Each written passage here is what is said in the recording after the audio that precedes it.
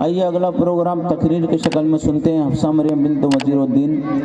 बच्चों से एक दरख्वास्त है कि वो खामोश बैठें। बच्चे खामोश बैठे, खामोशी से जो है अपने तवज्जो के साथ प्रोग्राम सुने। जो इधर उधर पिंडाल के लोग घूमने फिरने का माहौल बना रहे हैं, उनसे दरख्वास्त है कि वो सामने तशरीफ़ रखें।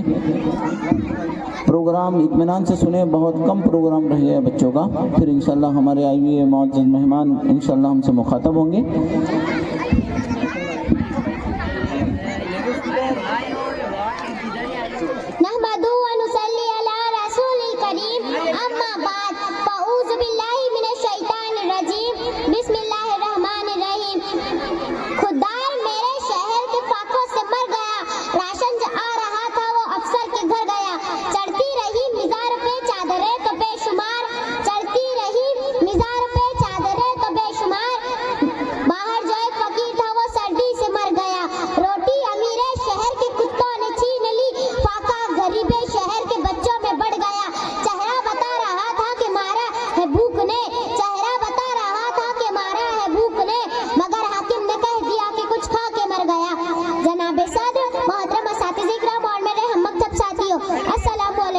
जनाबे सदर, आज इस मौजू पर मैं लफ्ज़शाही की तसर्रुफ करूंगी, वो है फ़लस्तीनी मुसलमानों पर इस्राएली जुल्म सितम और दुनिया व आलम की खामोशी।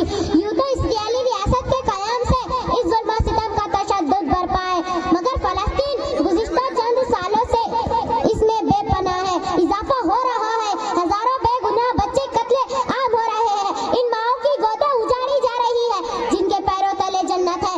आज फ़लस्तीन की ये पुकार कि तुम आसमान पर गए तो चांद से कहना, कि तुम आसमान पर गए तो चांद से कहना, जहाँ हम हैं खुदा की कसम वहाँ रोशनी बहुत कम है।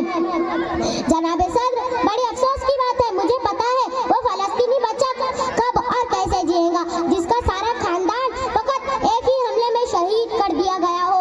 ऐ वतन के बाशिंदों, मुझे पता है वो बच्चा कब और कैसे, वो माँ कब और कैसे जिएंगी जिसका लगते जिगर उसकी आंखों के सामने दो टुकड़े किए गए हो। ऐ वतन के चिरागों, मुझे पता है वो बच्ची कब और कैसे जिएंगी जिसने अपनी आंखों में डॉक्टर बनने के ख्वाब सजाए थे, मगर पढ़ना तो इसका स्कूल, इसका घर, इसका सारा खानदान रेजा रेजा कर दिया गया। जनाबे सदर, आज फ़लस्तीन के लिए जमीन तंग कर दी गई है, हर तरफ बारूद की बू फैली है, खुराक, पानी, इलाज, माल, किसानियत सब कुछ खत्म हो चुका है। मेरे अजीज दोस्तों, इमलाक को भारी नुकसान पहुंचाया जा रहा है। इनके पास चाय बनाने के लिए दूध नहीं, वो खुले आसमान तले अपनी जिंदगी गुजारने पर मजबूर है। जनाबे सदर, अफसोस पर अफसोस, बाकी दुनिया के साथ मजहबी इस्लाम भी एक खामोश तमाशा बना हुआ है। लेकिन देखा जाए तो फ़लस्तीनियों के हौसले अभी भी बुलंद है, और ये सच है कि फ़लस्तीनियों के हौसले अभी भी बुलंद है।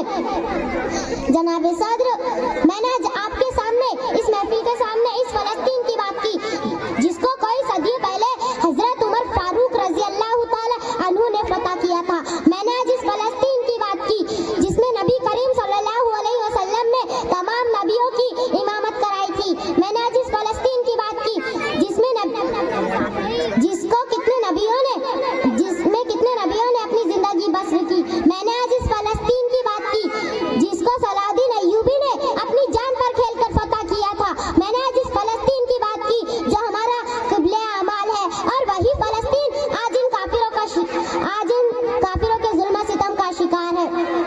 बड़ी अफसोस की बात है। और दूसरी बात, एक फ़लस्तीनी बच्ची जुल्म सितम की वजह से यूं आ निकली कि ऐ कलमा पढ़ने वालों, ऐ लोगों, तुम आज जुल्म सितम के खिलाफ हो, मैं अल्लाह से तुम्हारी शिकायत करूंगी। तो यकीन जाने इन लफ्ज़ों ने मेरे दिल को छन्नी छन्नी कर दिया। मेरे भाइयों और बहनों, ऐसे चुप ना रहो।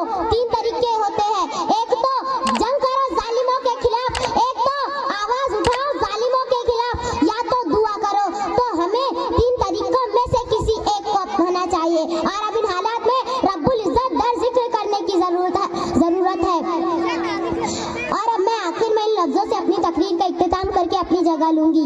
इकबाल तेरी कौम का इकबाल खो गया, इकबाल तेरी कौम का इकबाल खो गया, माजी तो सुनहरा था मगर हाथ धो गया, वो रबे वो दबदबा वो जलाल खो गया, वो रबे वो दबदबा वो जलाल खो गया, वो उसने बेमिसाल वो जमाल खो गया। अस्सलाम वालेकुम। माशाअल्लाह। वाह, बहुत खूब। ऐसे मौजू पर इन्हीं बच्ची ने अपनी ज़बान और अपनी नबकुशाई जो है की है, जिस पर अच्छी अच्छी ज़बानी खामोश है। यार मेरे